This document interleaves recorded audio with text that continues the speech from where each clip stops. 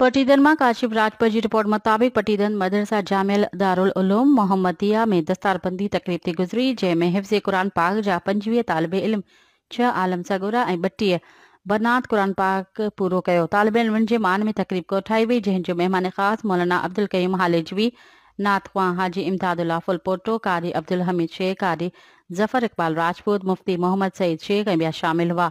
अॻवान ख़िताब कंदे ॿुधायो त 63 तालिब इल्मनि समेत नियाणियुनि क़ुरान पाक खे 3 सालनि जे अरसे में पूरो कयो आहे, जेका तमामु घणी ख़ुशी जी ॻाल्हि आहे। इहो क़ुरान पाक जो मौजज़ो आहे। बचनि खे यादि थी वञे तो क़ुरान पाक दुनिया में नूर ऐं आख़िरत जो ज़ख़ीरो आहे। हिन मौक़े ते परे खां आयल आलमनि, तालिब इल्मनि ऐं शहरियुनि ॻोठाणनि वॾे अंग में शिरकत कई। महफ़िल जो मान मथाऊं कयो। हाफ़िज़नि ऐं आलम सगुरनि खे आख़िर में दस्तारबंदी करे दुआ कई वई।